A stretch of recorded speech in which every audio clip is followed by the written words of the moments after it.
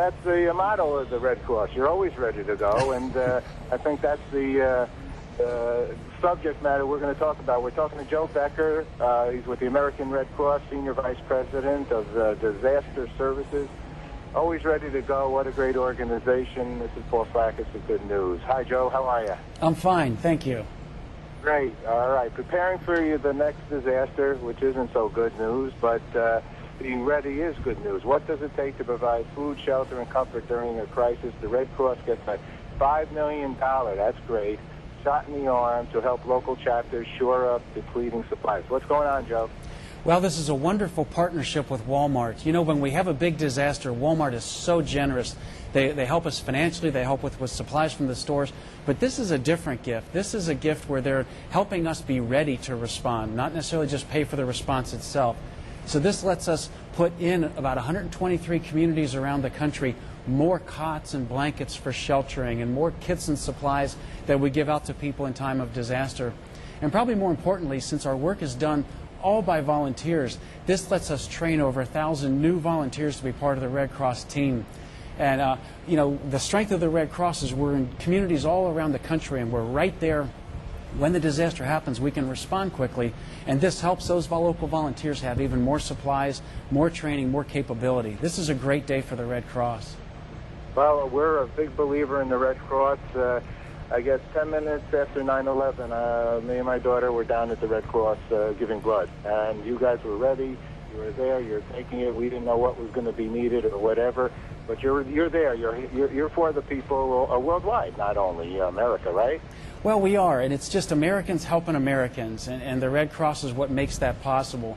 And you know, the strength of the Red Cross is we're not only in every community, but when something big happens, like you experienced in New York, or I've been in Fargo the last days, that's when we move people and supplies all around the country. We've got Red Crossers from about 45 states in North Dakota right now on that large relief effort. So the strength of the organization is we're small. We do about 200 disasters a day, but we're very big when we need to be as well. You're a mixture, right, of the kinds of disasters. You're a lot based upon, because I've interviewed the chairman of the Red Cross and many stories about you guys over the years. A lot of this stuff is household fires, people losing their homes, so on and so forth. You're there for people in that way as well. Yeah, and those are the ones you don't necessarily hear about, but if there's an apartment fire or a house fire tonight, and the fire department will call the Red Cross and say, we've got this family, and it's 2 or 3 in the morning. Those are volunteers that get out of bed and go take care of that family. They'll make sure they're fed, they'll make sure they've got a place to stay, they'll put them in a motel if needed, and they'll meet their emotional needs as well. And then if it's a bigger disaster, we just go into a different mode where instead of a motel, we open shelters, and instead of using restaurants, we open huge kitchens. But it's all to take care of those immediate emergency needs that people have in time of disaster.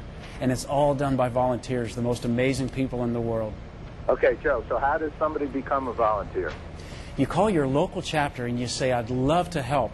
And we would like to train you long before the disaster happens so that you know how to run a shelter or how to care for someone.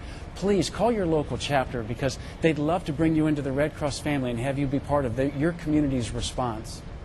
What's good news for you, Joe? Thank you very much. And it's no, you were going to say something? Sorry. Well, I think the other piece here is to recognize the importance of each family being prepared as well. The Red Cross will be there to meet your needs, but also, does your family know what to do in time of disaster? Do you have your kit of supplies? Do you have your plan? Do you know where you're going to go?